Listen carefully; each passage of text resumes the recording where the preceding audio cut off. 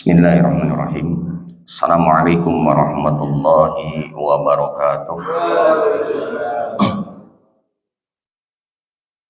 Alhamdulillah. Nahmaduhu wa nasta'inuhu wa nastaghfiruh wa na'udzu billahi min syururi anfusina wa min sayyiati a'malina. May yahdihillahu fala mudilla lahu wa may yudlil fala hadiya lahu. Asyhadu an la ilaha illallah wahdahu la syarika lahu wa asyhadu anna sayyidana Muhammadan abduhu wa rasuluhu la nabiyya ba'da. Allahumma salli wa sallim ala sayyidina Muhammad wa ala alihi wa ashabihi wa mawala wa la hawla wa la quwwata illa billah amma ba'du. Hadirin jamaah salat subuh rahimakumullah. Alhamdulillah di pagi hari ini, hari Ahad, kita bisa bersilaturahim kembali, berkumpul dalam rangka jihad. Ngaji Ahad, jihad, nah kita mah tidak usah ngangkat senjata ya.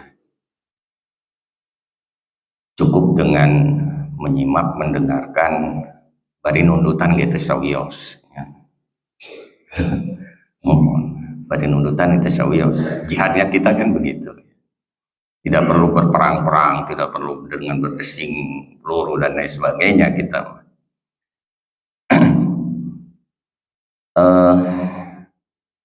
Alhamdulillah ya, pada pagi hari ini kita bisa bertemu lagi dalam jihad, dalam keadaan sehat walafiat.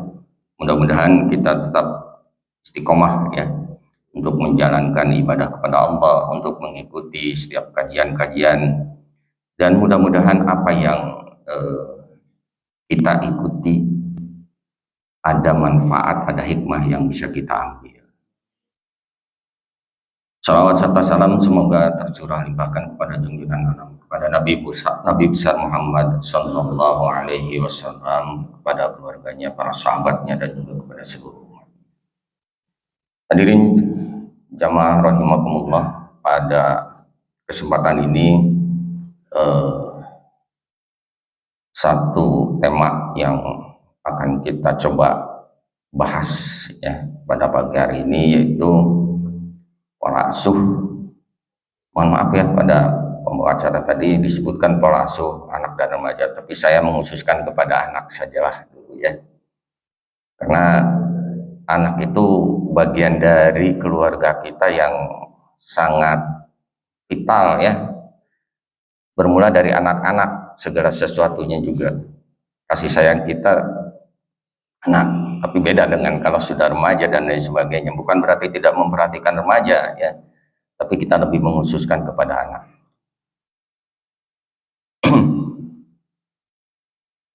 Ya, saya awali dengan assalamualaikum tentunya ya. Nah, ini yang akan saya sampaikan, pola asuh anak di era digital.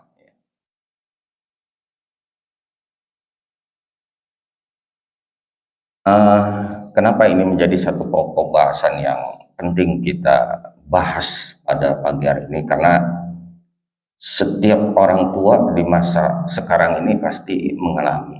Ya, bingung saya mah kaditu kadia ya, udah bagus nama itu ngariung di tengah.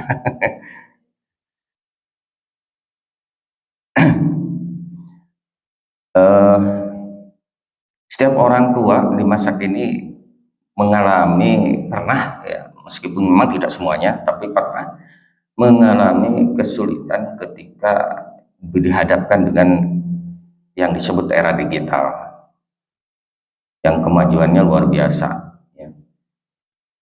Kalau kita lengah dengan era digital, bisa jadi kita ketinggalan, bisa jadi kita terbelakang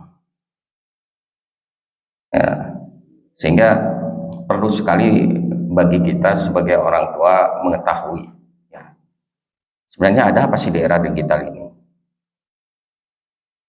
Terkadang gitu ya, terkadang anak-anak kita lebih canggih daripada kita, lebih duluan tahu daripada kita, karena memang zamannya. Kalau kita mau dulu, kita belum ada yang namanya teknologi maju, belum ada ya, HP, gadget itu belum. Punten Bapak pada dia ketinggalan Ketinggal abdi atau iya Pak Dokter punten ya itu. Nah, kita mengalami berbagai kesulitan dengan era digital ini ya, seolah-olah kita ini ketinggalan, gaptek lah istilahnya, gaptek.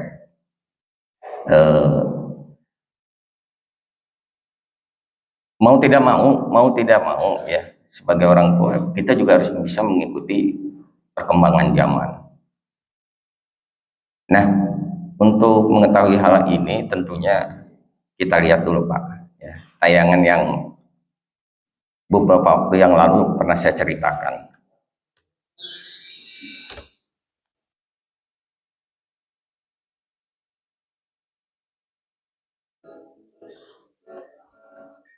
Suara nalitnya, suara nalit.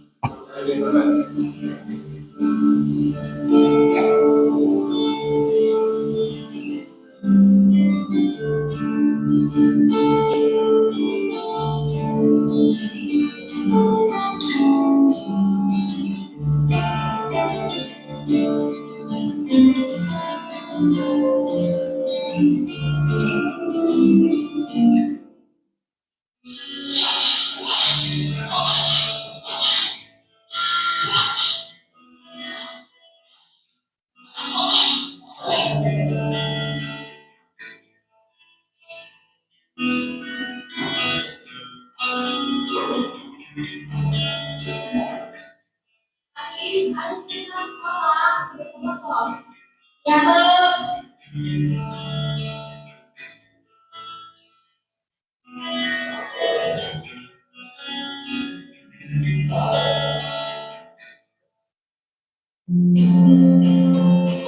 teman-teman, kali ini kita mau menggambar.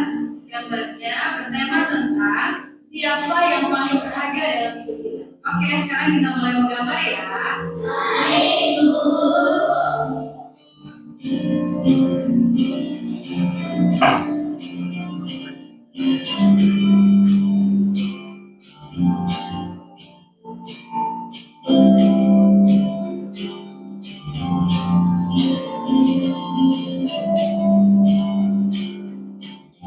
Teman-teman sudah gambarnya?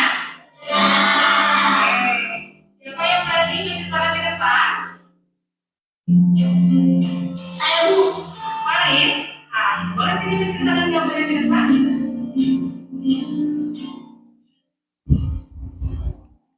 Ia sangat berharga dalam hidupku. Ia selalu menghidupku, membantuku tanpa jika aku tidak tahu harus berbuat apa. Wah, bagus sekali ceritanya Paris. Silakan Bang. Coba tunjukkan gambar kepada teman-teman.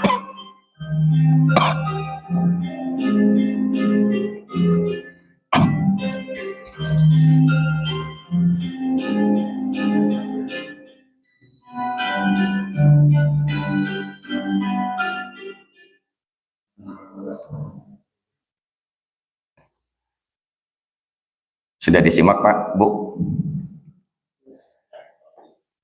Nu ngalaman model kieu nu nembe ya.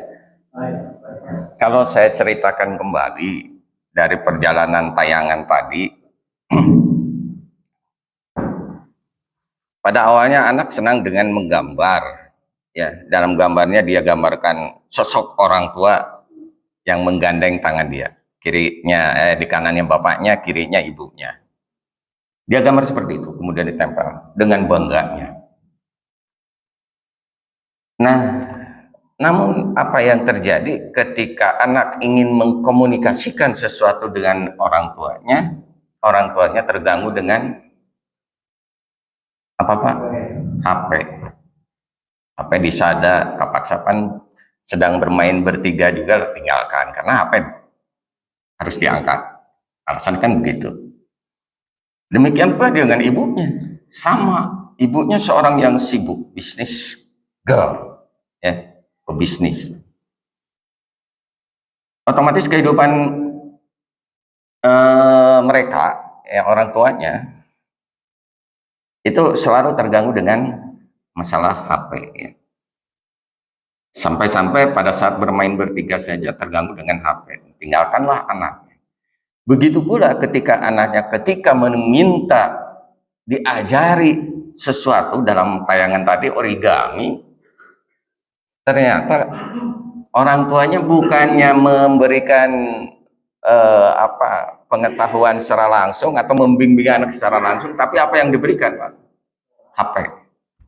Silahkan cari aja di Google lah. Kita pernah begitu nggak Pak? Anu sepuh-sepuh madukanya, iya nu aranom kepada anak yang masih punya anak kecil-kecil. Sok tangan dah HP lah. Kan gitu kita ya, biar gampang dan kitanya sendiri tidak terganggu kan gitu ya. Karena HP. Nah, lalu apa yang terjadi berikutnya? Ketika anak mau diajari sesuatu juga malah dibelikan HP baru. Nah, tayangan tadi ya diberikan HP baru. Nah, ini kan sudah menunjukkan bahwa ketergantungan kepada HP sangat tinggi. Ini di era digital loh ya. Salah satu contoh era digital kan wujudnya dalam bentuk HP atau gadget atau istilah lain apa ya? Gawai ya. Nah itu. Jadi ternyata di kita sudah terjadi seperti itu. Pada akhirnya di ending tayangan tadi, karena anak sudah asik dengan HP-nya sendiri, akhirnya bukannya pelajaran yang dibuka di HP, bukannya pengetahuan yang dicari, tetapi apa? Yaitu main game. Ya. Wah, asik sendiri akhirnya. Sampai main ke sana ke sini pun bawa HP. Nah ini kalau yang saya amati dalam kehidupan kita sehari-hari, ini sudah terjadi Pak, yang seperti itu. Baru dah kayaknya maka mana-mana merawat HP. Jangankan anak SMA, SMP, SD pun sudah bawa HP. Anak kecil sekalipun yang masih balita bawa HP. Aneh ya, ini kemajuan teknologi membawa orang sudah sangat ketergantungan terhadap HP. Nah ini menjadi satu problematika, satu masalah bagi kita di era digital. Nah, apa problematikanya, terutama buat anak-anak kita? Nih yang pertama, anak kecanduan main game. Dan ini terbukti Pak. Dulu ketika beberapa tahun yang lalu ketika corona, anak pegang HP itu karena betul-betul ada tugas ya dari sekolah. Kan gitu. Ada tugas dari sekolah. Karena waktu itu sekolahnya daring. Online.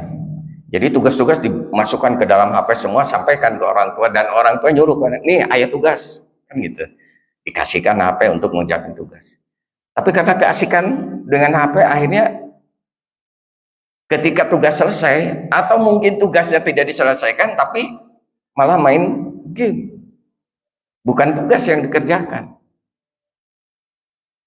Ini terjadi di kita ya, terjadi di kita. Jadi pada akhirnya anak menjadi kecanduan karena udah keasikan banget gitu ya, keasikan banget dengan HP. Akhirnya kecanduan. Yang kedua, anak lebih tertarik pada HP daripada melakukan kegiatan atau aktivitas yang lain. Mangga amati oleh bapak-bapak dan ibu-ibu anak-anak sekarang. Dalam disuruh kukumbah di rumah, nyeseh atau disuruh naon nyapu ngepel, rada hese. Ya, betul tidak? Karena sudah keasikan dengan HP, lebih tertarik pada HP daripada melakukan aktivitas yang lain. Atau misalnya bermain dengan temannya, udah aja lebih baik main sendiri kan gitu. Dengan HP itu tidak perlu dengan teman. Kiyo, saya sering melihat Pak, sering melihat, jangankan anak remaja, anak-anak kecil sekalipun kalau sudah pegang HP ya udah asik sendiri. Kayaknya lupa dengan aktivitas yang lain gitu ya, di luar itu, padahal aktivitasnya banyak buat anak-anak itu. Ya bermain ke sana, bermain ke sini, bersosialisasi dengan temannya. Tapi karena sudah pegang HP, akhirnya lebih tertarik pada HP-nya daripada melakukan hal-hal lain. Nah ini. Kemudian yang ketiga, ketergantungan kepada HP sangat tinggi. Pak ya, nanaon HP. Saya punya murid Pak, murid SD kelas 1. Setiap ada orang tuanya pasti yang ditanyakannya HP. Nepi ka bingung orang tua, kudu kumaha budak teh mus nanya ke HP, mus nanya ke HP. Ini harus bagaimana nih anak? Ini ada ketergantungan. Tong boro budak urang ge nyapanya. Bangun tidur yang dilihat apa Pak? HP. Ayeuna mah gitu kan. Kudu bangun tidur teh ngadoa, alhamdulillahilladzi akhirnya kan bangun tidur karena kayak kulisik HP dipegang. Kadang HP juga disimpannya di kersaret, di bantal gitu. Ya, ketergantungan HP itu luar biasa sekarang. Nah ini. Kemudian yang keempat, anak menonton tayangan yang tidak semestinya. Nah ini yang kita khawatirkan, Pak. Karena ketika anak memegang HP itu kadang-kadang tanpa pengawasan kita, tanpa kontrol dari kita, anak bebas aja. Barudak ayeuna mah geus ngulik. Beda jeung urang. Barudak ayeuna ngulik sorangan atau kadang bertanya pada temannya, "Cing, ari buka aplikasi ieu teh naon? Kumaha carana?" Kadang-kadang kita mah nggak pernah bertanya tentang hal itu ya. Ari barudak ayeuna mengaruli. Bisa segala dibuka. Nah, ini yang kita khawatirkan, mereka melihat tayangan-tayangan yang tidak semestinya, belum waktunya. Ya, yang tidak semestinya mereka lihat. Baik, ini beberapa problema ya di era digital, tentunya banyak masalah-masalah juga yang terjadi ya. Hanya ini beberapa dari permasalahan yang ada di era digital.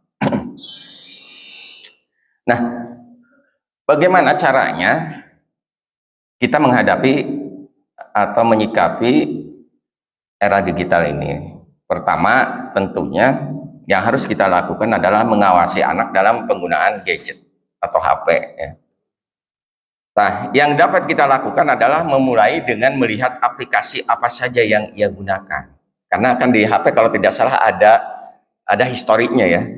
Ada tautan, ada media, ada apalagi gambar yang bisa kita buka kembali. Apa yang sudah dilihat oleh anak bisa kita buka kembali. Nah, ini kita lihat aplikasi apa saja yang oleh anak kita gunakan pada saat itu. Bisa jadi kan tanpa pengawasan kita, tanpa pengetahuan kita, anak membuka aplikasi yang enggak gitu ya. Maksudnya gini, mungkin anak melihat gambar yang belum saatnya dia lihat, atau yang tidak semestinya dia lihat. Atau mungkin anak memanfaatkan itu untuk hal-hal lain. Katakanlah begini, maaf ya, saya bukan bermaksud apa-apa. Kalau menyebutkan merek pedagang, saya mohon maaf sebelumnya. Ini biasanya kan di HP kita ada aplikasi online itu ya, belanja.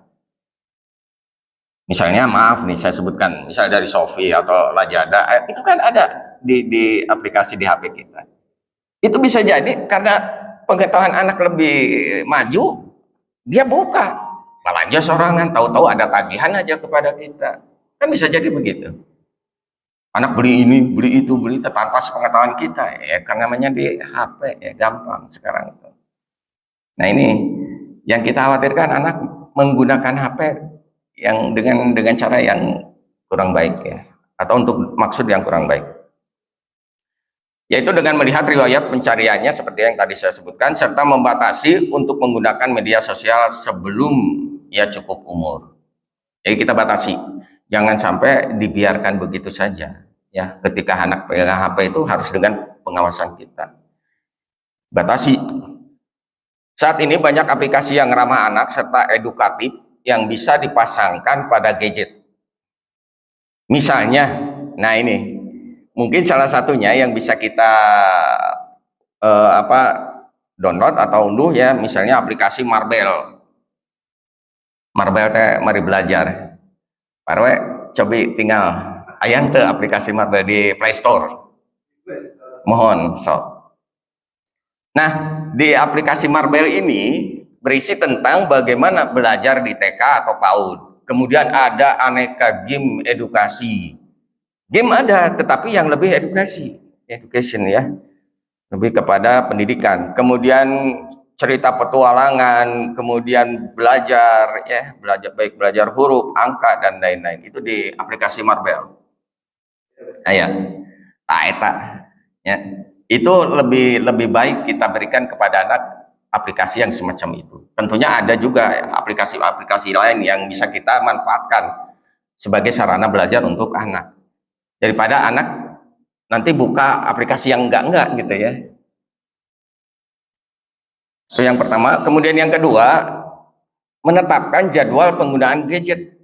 Nah, ini perlu kesepakatan antara orang tua dengan anak sebelumnya. Boleh anak pegang HP, boleh anak melihat aplikasi di HP, tetapi ada kesepakatan dulu, ngobrol heula. Ya. Kita tetapkan jadwalnya. Jangan dibiarkan. Kumaha atuh? Yaitu dengan membatasi waktu anak dalam menggunakan gadget, ya. Ini sangat penting agar tidak lupa akan prioritasnya. Apa yang diprioritaskan oleh anak itu seharusnya? Yaitu belajar. Ya. Belajar, menimba pengalaman. Itu yang lebih prioritas. Nah, ketika anak menggunakan gadget, coba komunikasikan dengan anak. Obrolkeun jeung barudak yang dengan anak kita. Apa yang seharusnya kamu buka? Apa yang seharusnya kalian lihat kepada anak-anak ya. Kemudian ini menurut American Pediatric Association, ini durasi anak bermain gadget berdasarkan usia. Ini bapak-bapak, ibu-ibu kalau misalnya punya anak di usia-usia ini, berapa lama durasi anak harus bermain atau harus melihat HP ya. Ketika melihat HP harus berapa lama? Pertama, 0 sampai 2 tahun, nah ini belum boleh. Belum boleh melihat atau bermain gadget sama sekali. Disarankan. Ini menurut APA tadi ya, American Pediatric Association. Tapi apa yang terjadi di kita Pak, Bu? Anak, jangan karena anak yang sudah gede-gede, anak di bawah itu juga bisa lihat HP sekarang kan gitu ya. Apalagi kalau anaknya rewel kemudian nangis, cara ngacicingkeun anak kumaha? Salah satunya dengan HP. Anak suruh lihat HP tah. Memang betul di HP-nya gambar kartun atau apa yang sejenis dengan itu ya. Permainan-permainan yang, tapi disarankan 0 sampai 2 tahun itu belum ya, atau tidak melihat HP. Bermain gadget. Ada ningali HP naon, teu naon ningali HP na tapi pareung gitu teh sauyos. Dan ini mah bermain gadget, artinya berlama-lama dengan gadget. Kemudian yang kedua, 3 sampai 6 tahun itu antara 10 sampai 20 menit setiap harinya. Setiap hari ya. Kalau di kita kira-kira berapa lama? Seharian ningali HP. Ini anak-anak yang 3 sampai 6 tahun, Pak. Anak usia TK lah ya. Nah ini kan harusnya dibatasi 10 sampai 20 menit setiap hari. Boleh setiap hari lihat tapi tidak lama durasi.